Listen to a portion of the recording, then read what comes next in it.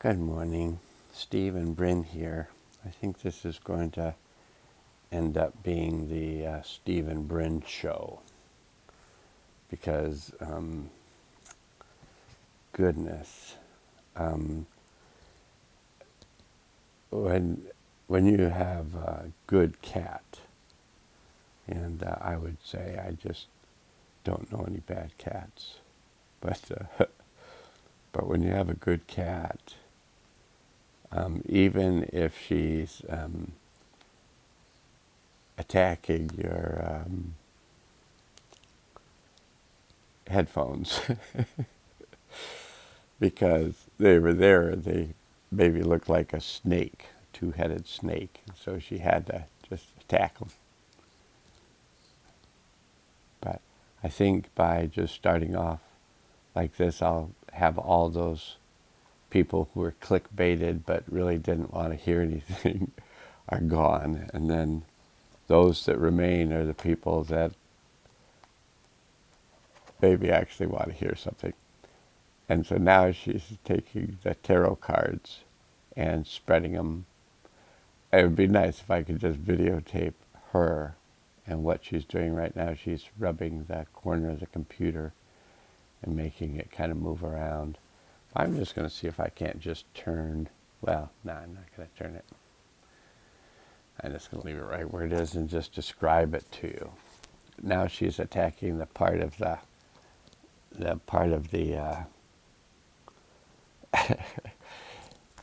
she don't want me to use the headphones, but I want to use the headphones because I had one of my subscribers tell me that they really wanted to hear what I had to say, but they couldn't hear me because the audio was so bad, like my cat.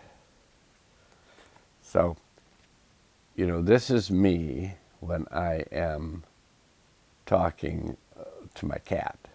So you're actually hearing the persona of the person who has a cat that talks weird.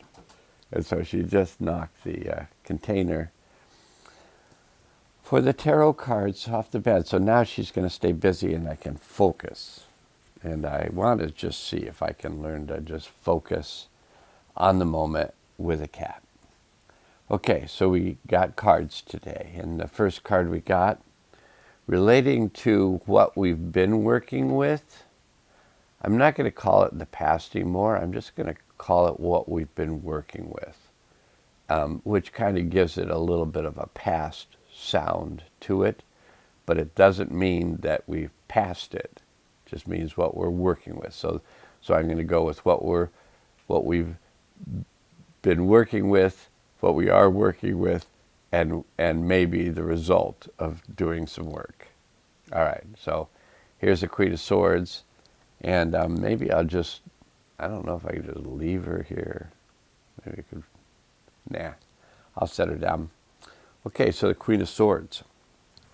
What we've been working with, the Queen of Swords reflects the rational, objective, fair witnessing mind. I think that's something to really think about. When you think about your rational, objective, fair witnessing mind. This is not a mind that's been triggered. When the mind's been triggered, that's an emotionally expressive, crap dumping mind who has unresolved stuff.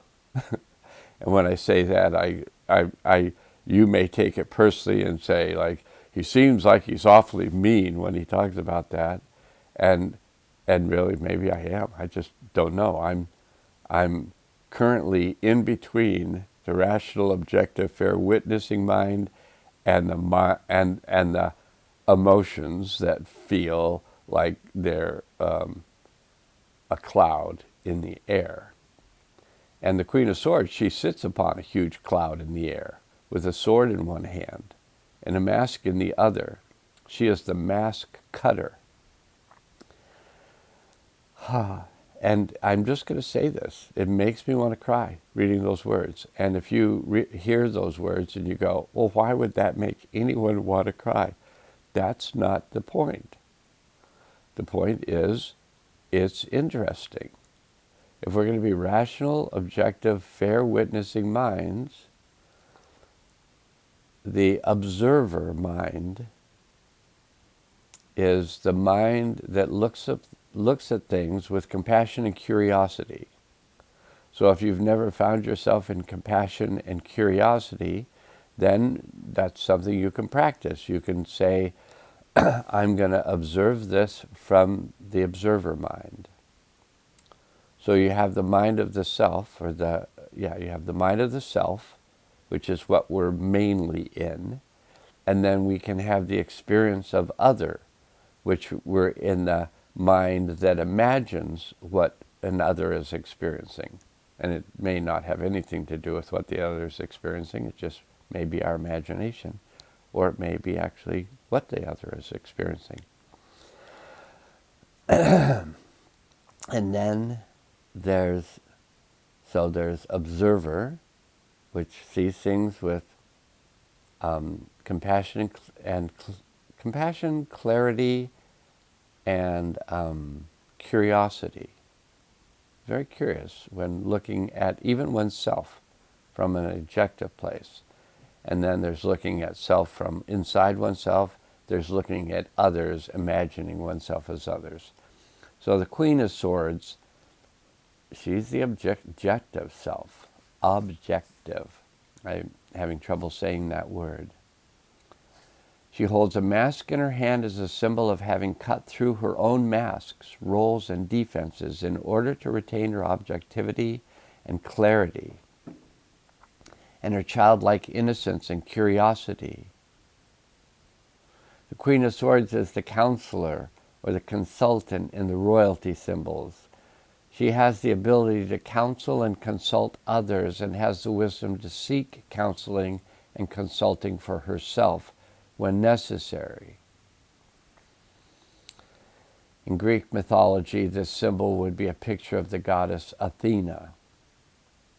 This is mastery of the objective, rational mind, which is centered and deepening in consciousness. It is the observing mind which is detached from roles and assists us in reconnecting with our childlike truth. It is the quality of mind that considers options fairly and demands authenticity and the abandonment of pretense. And looking with compassion and curiosity as your kitty knocks your tarot box around the room. The mastery of objective thinking and clarity. So that was what we got related to what we've been working with. So we've been working with cutting of masks. I don't know about you, but I haven't found it necessarily easy, but I'm trusting that it's useful. So right now in the present, we got the Ace of Discs. It's a very pretty card, I think. And you might think it's not, and that's okay. And we don't have to get in a polarized state because I think it's pretty and you don't. Although I feel like I'm in a polarized state at the moment, but I trust that I can move from the polarized state. If you start knocking stuff off of that dresser, you're going to be in big trouble, kitty. That's how I talk to her. She ignores me completely. She's just like, I'm not getting the attention that I need. And why is he talking to himself? This makes no sense to me. Uh-oh, she's on the bed again and she's heading over. We'll see what she's up to. At least she's on the other side. I'm going to just, you go ahead, talk to the people. Tell them all the issues. Don't be hiding from them. Tell them everything you want. You got an audience here. Just speak to the audience.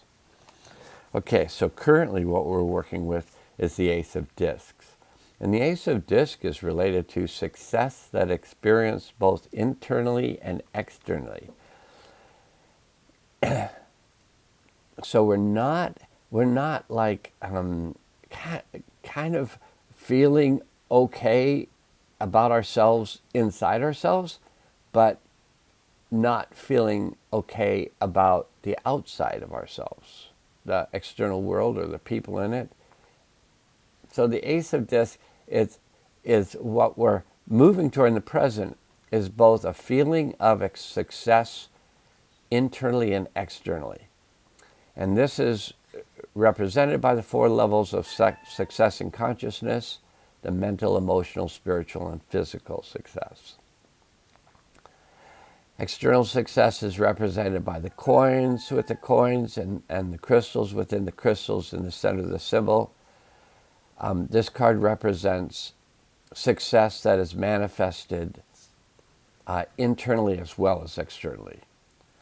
So when you pull this card, it's an indication that you're no longer willing to support the dichotomy of experiencing internal success and not external success, or the other dichotomy of where you experience external success but not internal success. When you pull this card, it's an indication that there's a sense of success that is manifested deep inside as well as externally. This symbol is the highest of the manifestation cards. It's the capacity to manifest or produce what you want in both internal and external worlds. I like it. I like it. I don't want to, to me, this isn't about getting lost in, manifesting some imaginary reality where, whatever, you own 10 cars and you own 20 houses and you buy up all the farmland in a country and then just don't work it. So this is not about that kind of like I can create whatever reality I want. Or it is about I can create whatever reality I want. If you're doing it with compassion and curiosity. Yeah, there you go. So if you got the balance of these 3 cards, then you can do whatever you want because you're going to be concerned about everything and everyone. Okay, so the kitty's scratching at the door. I'm going to let her out, and then I'll finish our last card.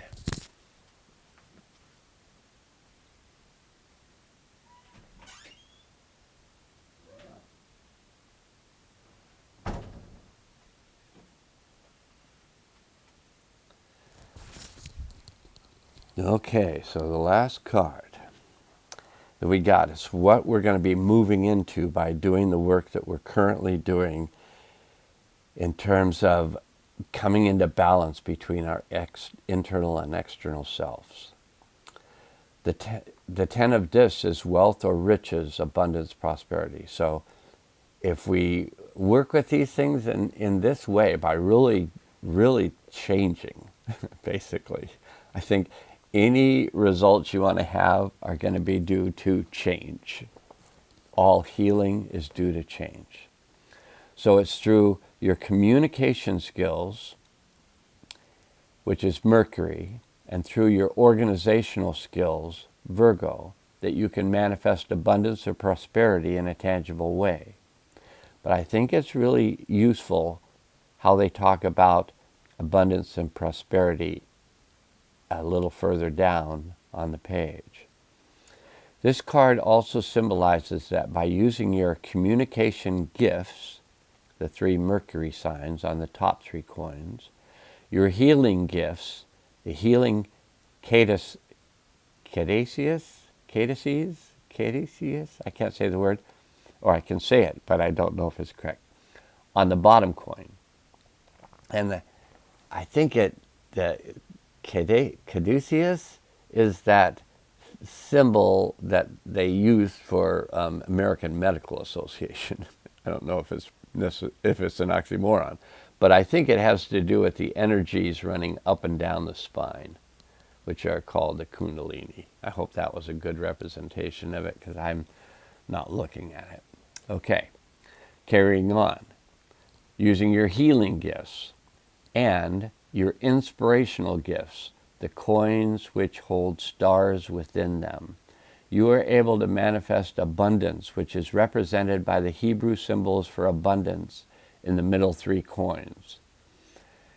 This is wealth on every level of consciousness: mental, emotional, spiritual, financial, and physical wealth. And I'll tell you one thing. If you don't have physical wealth, nothing else matters. Health is your wealth. That's not in the book. I'm just throwing it out there because I've been experiencing 8 months of detox and I feel better by the day. But boy, that detox process is not one for the faint of heart. Or maybe it is one for the faint of heart, and maybe after the detox process they won't be so faint of heart. We'll find out. I'll keep you informed. So by utilizing communication, healing, and inspirational gifts, get out there and just do it. It didn't say that, but I said that. We can manifest abundance in a tangible way. The coins in the slices from trees represent the abundance found on earth, which is discs. Okay. So that's the card reading for today.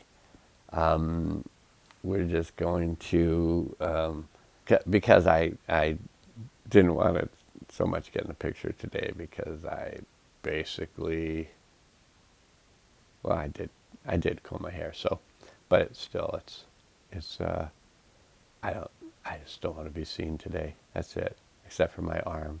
That's my right arm. You get to see my right arm. And now let's go.